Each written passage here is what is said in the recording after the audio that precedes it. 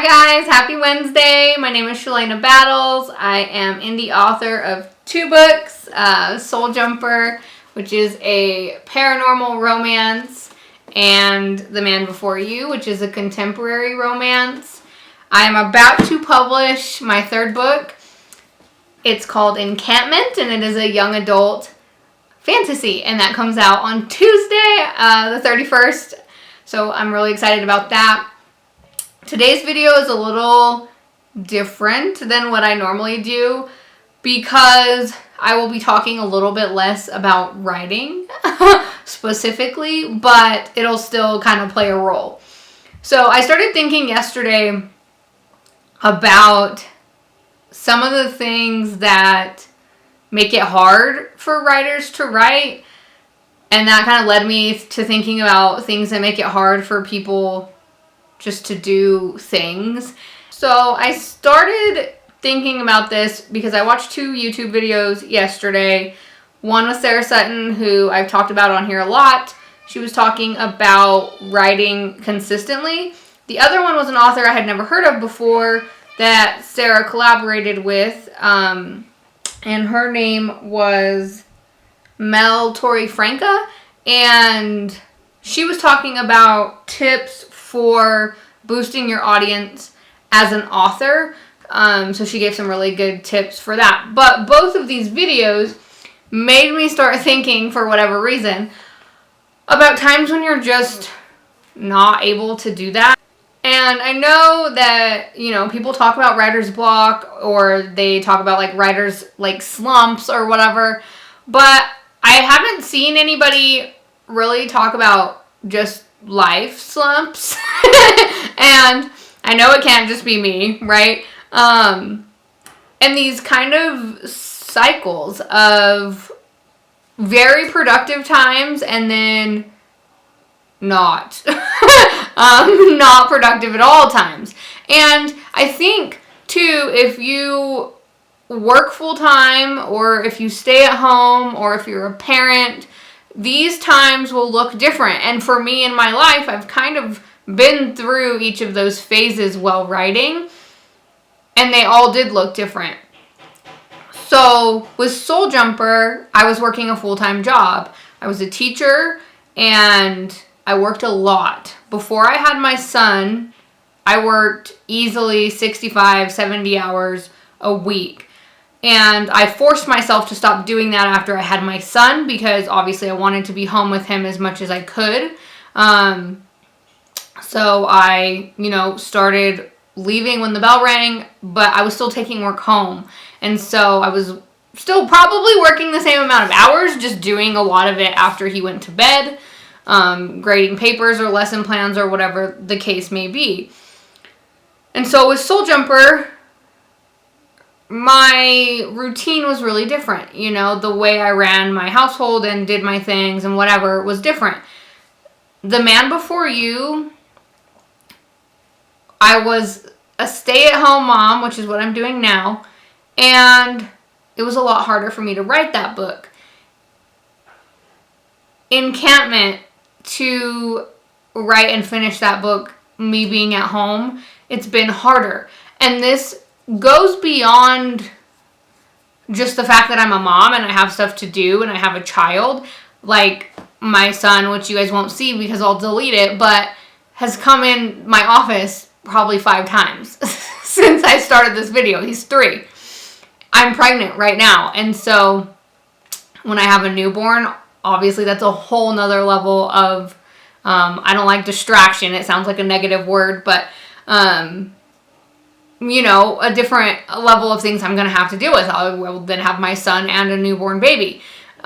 We have a lot of pets and all of this stuff, but that's not really what I'm talking about. What I'm talking about is more mental and more emotional. And when you get in these places where it really is a slump, I don't know another word for it, where you just feel like you can do nothing. For me, the best way I can describe it is I get to a point where I'm so overwhelmed that I'm frozen in that place. And so nothing gets done. And I I've noticed it before, but eventually I just come out of it, right? And then I'm back on this productive, motivated streak. But these last few, probably month and a half, 6 weeks, I've been paying more attention to it and been trying things to kind of get out of that. And so that's what I want to talk about today, because I feel like a lot of people go through that regardless of if it, maybe it's depression, maybe it's anxiety, maybe it's just, I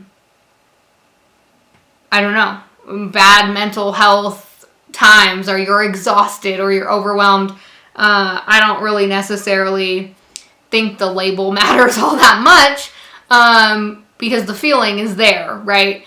And so a few things that I've noticed is when I get in these places where I'm doing nothing, and I'm saying nothing, and when I say nothing, I mean nothing. I'm not writing, I'm not editing, I'm not actively posting on social media, bare minimum at home. It may be a few days of just me hanging out with my son and watching TV or watching him play. And if you keep in that, it's really easy to just stay there, right? And so I've started really paying attention to it. And I've noticed a few things. One, if I look at Soul Jumper and how much easier that book was for me to write when I was working full time, and it wasn't necessarily the job itself. It wasn't because I was teaching that Soul Jumper was easier to write. It was the routine. It was the fact that I was up early, I had to get ready, hair, makeup, clothes, and I had to be somewhere. And I had a schedule, and I had a routine, and I had moments throughout the day where I knew I had time to write, and it was very structured. And I don't do good when I lose that structure. And that's what happened. It disappeared, right? When I stopped working, all of that routine and all of that structure was gone. And now it was my responsibility to create that for myself. And that's been a real struggle. And so one of the main things that I've tried to do, and this is recent, is get up earlier. So my husband works outside of the home. He wakes up at usually 5:30. So a lot of times I'll get up with him. Now sometimes I end up back asleep, but I've been trying really hard these last few days, few weeks, whatever. I've failed a bunch, but we're getting there, to get up when he gets up and then stay awake. Because I've noticed when I get up earlier, I'm more productive. And so I hate mornings. I've never been a morning person. I've always been a night owl. But that isn't serving my productivity. That's not making me effective. And so I do notice when I'm up earlier, I'm more productive. The other thing, getting ready. There's that saying about, phone interviews, and even if you are doing it and they can't see you, still get ready, because when you feel better about yourself, you're like more confident or whatever. And I think that's true. I've noticed also I'm more productive if I'm ready.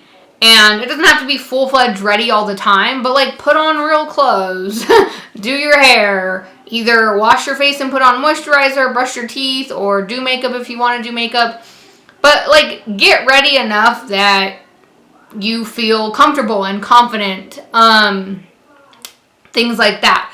So those are two main things that I've started to do, and they help a ton with being productive and kind of getting me out of this life slump.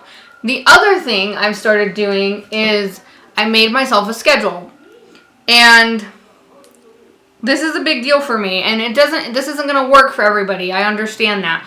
But for me, I work better and I'm more productive when I have a routine and when I have a schedule in place. If it's a free-for-all, I'll just procrastinate and find myself back in that place of doing nothing until everything piles up, and then I'm overwhelmed, and so I do nothing. And so for me, what I did was I just used the Notes app on my phone and created a schedule for myself.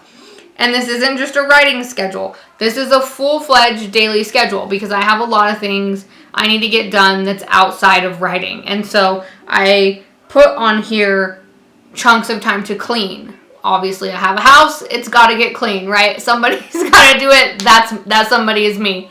My son, we've started doing preschool at home. I'm homeschooling him for the time being, and so I've got chunks of time in there to do school with him. Obviously food, right? Gotta eat lunch, gotta eat breakfast, my son's gotta eat. And so blocking off times when we can do those things. And so I also have in here writing, social media, etc. Chunks of time where it's like, okay, you're doing this social media post now, or you're gonna write for this amount of time. So that's in there. I have a chunk of time that I have labeled as write or clean. So if there's something specific that day I need to get done with my house, laundry, or whatever, use that time for that. If I'm feeling good about my house, caught up on all that stuff, use that chunk of time to write. And so putting that in there. I have breaks with Little, which is what I call my son, so that we're taking breaks. I'm taking a break, he's taking a break, we're still spending time together. So I have those kind of chunks of time throughout the day, and these are breaks. We'll go outside, we'll play, we'll do a craft, whatever, so that we're still getting, time together and doing fun stuff, and it's not just feeling like work all day long. That's not fair to him. Dinner is scheduled in here, and then I have another chunk of time to write. And then I also have each day kind of broken down on what I want to get done for the house is on this schedule. So on specific days, maybe it's cleaning the kitchen, maybe it's cleaning the bathrooms, whatever the case may be, that's on here. And then I have other things for writing, specific things. A lot of that I handwrite as well, so I can see it in my office, that I need to get done. If it's recording a specific YouTube video or editing something, whatever the case may be, I keep track of that. And so this is a relatively new thing for me, but I treated it like a work schedule. So starts in the morning, goes until bedtime. And it's definitely not full-fledged right now. So the schedule itself is written out how I want it to go. But I'm still in the process of kind of transitioning to that schedule. There's things I want to get done first so I can feel like I'm in a place where I can jump into that schedule all the way, if that makes sense. Specific things with my house I want to get done, getting encampment out, so that I'm in a place where I'm like, okay, if I really do follow this all day, I'm gonna feel good about it. I'm gonna feel like I got what I wanted to done and not feel behind. And so I'm trying to get to a place where I can start following more of like a work schedule, because I think it'll be better, not just for my writing productivity, but for my mental health and staying in a place where I feel good about what I'm doing. And so I think that's really important, because when you get in a place where you feel stuck and you feel like, okay, I can't move forward, or I'm not going to, or I don't want to, sometimes that can be very difficult to remove yourself from that situation, or you can spend a long time, days, weeks, months, whatever, in a place that's just not good, not healthy, and I feel better when I'm busy and when I'm doing things. But I recognize that for that to happen, I have to set up my environment. And part of that is the schedule, is this routine, is making myself wake up early, is making myself get ready, so that I can be productive. Because otherwise I am not. I'm just not. I'm lazy. I don't feel good. And it's just not a place I want to be in. And so if you are struggling with this, or you have struggled with this in the past, I would highly, highly recommend look to places in your life where you felt good, where you felt productive, where you were like, I am crushing it right now. And what did your environment look like in those moments? And then recreate that. Try to recreate that. When I felt like I was doing amazing things and just like at my top level, I was getting up early, I was getting ready, and I was following a schedule. So I know those things work for me. I know they are better for my mental health, and I know they're better for my productivity. So find that moment in your life where you're like, I'm killing it. And what were you doing? What were you doing consistently? Maybe it was getting up early. Maybe it was only sleeping a certain amount of hours a night. Maybe it was volunteering or doing something kind of for you that wasn't really for anyone else. Find those moments in your life, because I guarantee you have them where you're like, I was top of my game. And then take steps to recreate that environment so that you can get back to that and you can feel good about it. And like I said, it's not going to happen overnight.